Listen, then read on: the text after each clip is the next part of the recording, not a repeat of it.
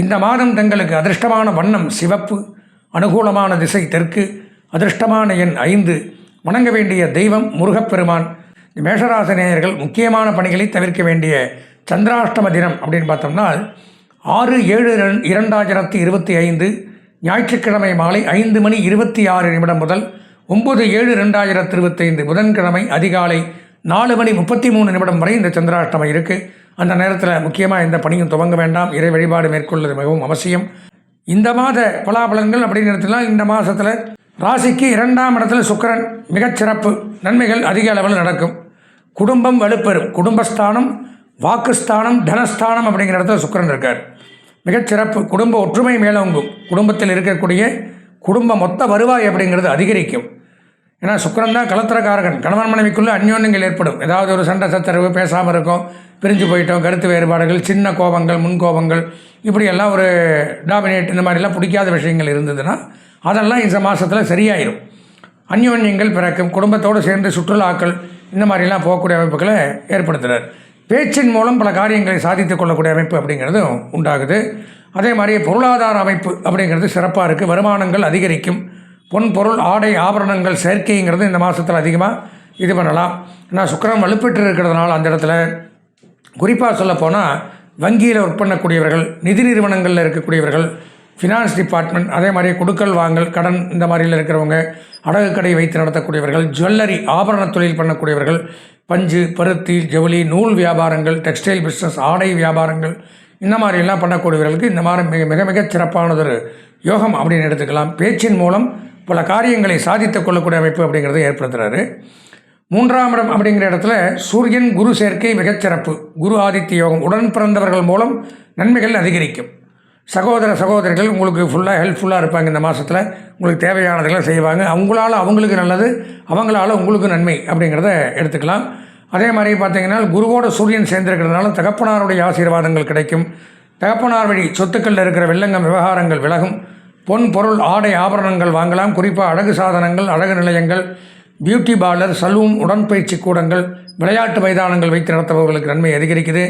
உயர் பதவியில் இருக்கிறவங்க, அரசியலில் இருக்கிறவங்களுக்கும் புதிய புதிய பொறுப்புகள், பதவி உயர்வுகள், பாராட்டுக்கள் கிடைத்த வண்ணம் இருக்கும். இந்த மாதத்தில் 4ஆம் இடத்துல புத பகவான் வக்கரகதியில் இருக்கிறது மிகச்சிறப்பு.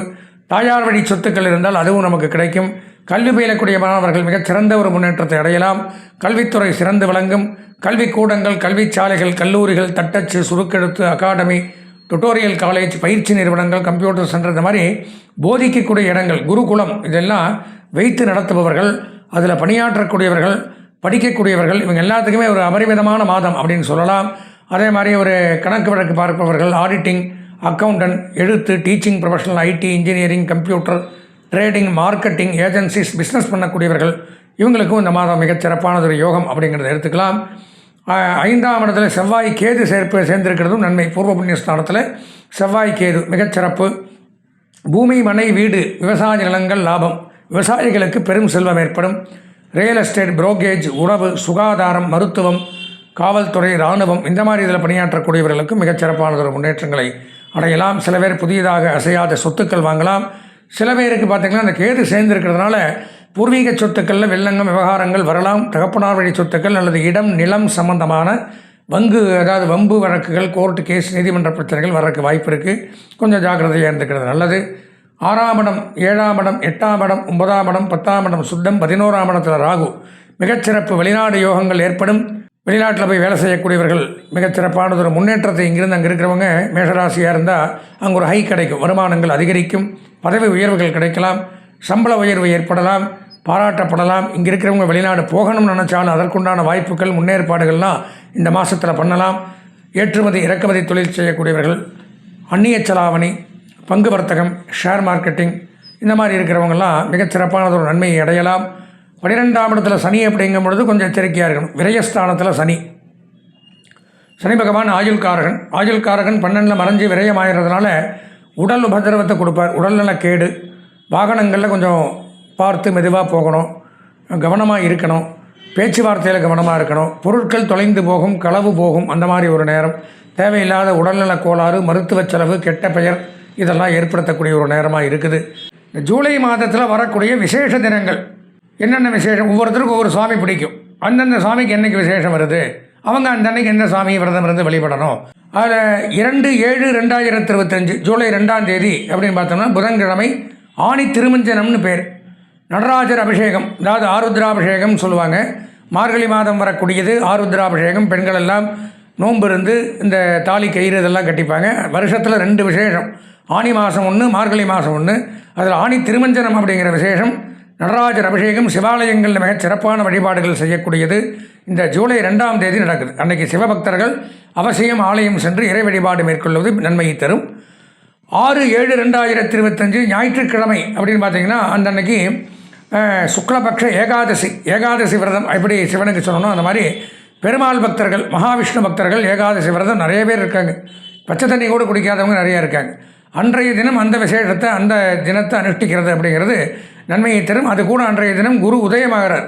இவ்வளோ நாளாக குரு அஸ்தமனமாக இருந்தார், குரு மூடம் அப்படின்னு சொல்லுவாங்க. இப்போ குரு பகவான் உதயமாகிறார் அந்த அன்னைக்கு. அதனைத் தொடர்ந்து 8/7/2025 செவ்வாய்க்கிழமை சுக்லபக்ஷ மகா பிரதோஷம், சிவபெருமானுக்கு உகந்த பிரதோஷம். என்றைக்குன்னு பார்த்தீங்கன்னா 8ஆம் தேதி செவ்வாய்க்கிழமை ஜூலை 8. சிவபக்தர்கள் ஆலயம் சென்று வழிபடுவது நல்லது. 10/7/2025 வியாழக்கிழமை பௌர்ணமி சம்பவிக்குது. அம்பாளுக்கு உகந்த தினம். சந்திர திசை, சந்திர புத்தி நடக்கிறவங்க, ஜாதகத்தில் சந்திரன் வீக்காக இருக்கிறவங்க, மனக்குழப்பம், மனப்பதட்டம், சைக்கார்டிக் ப்ராப்ளம், மனநோய் உள்ளவர்கள்லாம் இந்த பௌர்ணமி தினத்தன்னைக்கு அம்பாளுக்கு நெய் தீபம் ஏற்றி வழிபட்டால் முழுமையாக குணமடையும். அதுக்கப்புறம் பார்த்தீங்கன்னா 14/7/2025 திங்கட்கிழமை சங்கடகர சதுர்த்தி. எல்லாருக்கும் தெரியும், விநாயகப் பெருமானுக்கு மிக மிக உகந்த தினம்.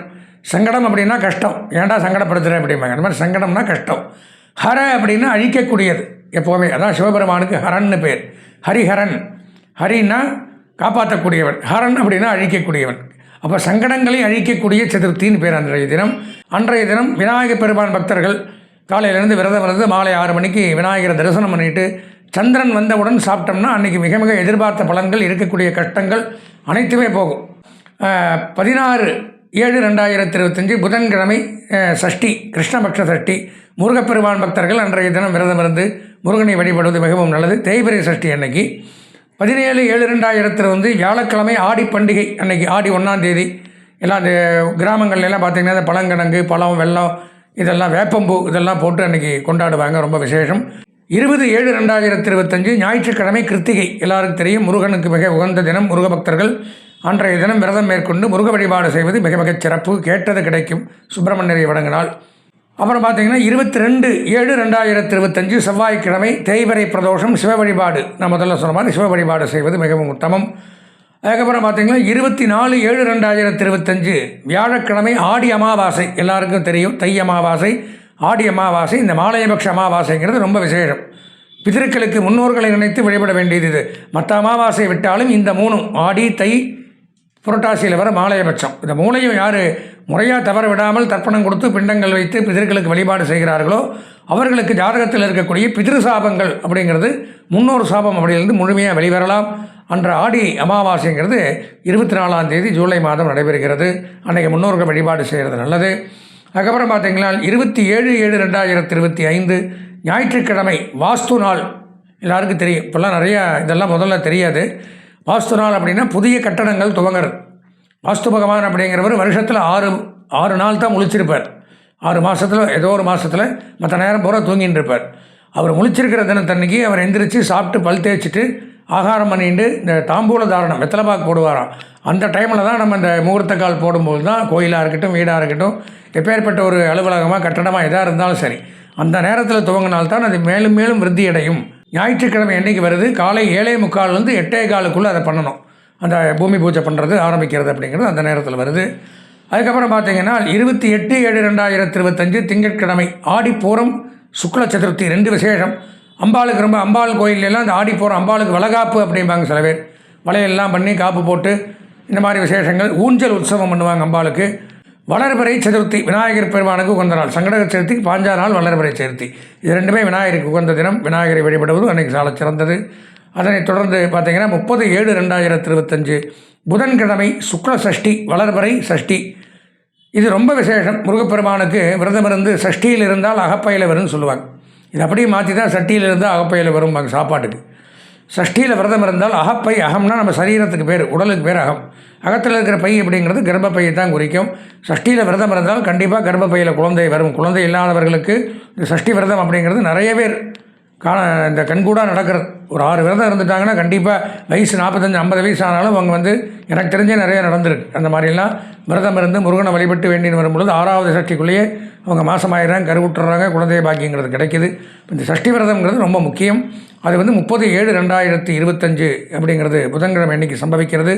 இதெல்லாம் இந்த மாதத்தில் வரக்கூடிய விசேஷ தினங்கள். அன்பார்ந்த நேயர்களே, நாம் இது வரைக்கும் இந்த மாத ராசி பலன்கள் அப்படிங்கிறத கிரகங்களுடைய பெயர்ச்சிகளை, நகர்வுகளை பொதுவாக வச்சு இந்த 9 கிரகங்களும் எங்கெங்கே இருக்குது, அதனால் என்னென்ன நன்மை தீமைகள் அப்படிங்கிறத தான் பொதுவாக பார்த்தோம். இது ஒரு பொது பலன். அது போக அவரவர்கள் சொந்த ஜாதகம், நாம் பிறந்த நேரத்தில் இந்த காலச்சக்கரத்தில் அன்றைய தினம் அந்த நேரத்தில் இந்த 9 கிரகங்கள் எங்கெங்கெல்லாம் இருந்ததோ அதுதான் நமக்கு சொந்த ஜாதகமாக அமையும். அதனால் நமது நேயர்கள் சொந்த ஜாதகம் அவசியம் பார்க்க விருப்பப்பட்டால் இந்த ஸ்க்ராலிங்கில் வரக்கூடிய அடியனுடைய அலைபேசி எண்ணான 9865098370 இந்த எண்ணிற்கு தாராளமாக தொடர்பு கொண்டு உங்கள் சொந்த ஜாதகத்தை பார்த்து முழு பலாபலங்களையும் தெரிந்து கொண்டு நல்லபடியாக இருக்கணும்னு ஆசீர்வாதம் பண்ணி கேட்டுண்டு விடைபெறுகிறேன். நன்றி, வணக்கம்.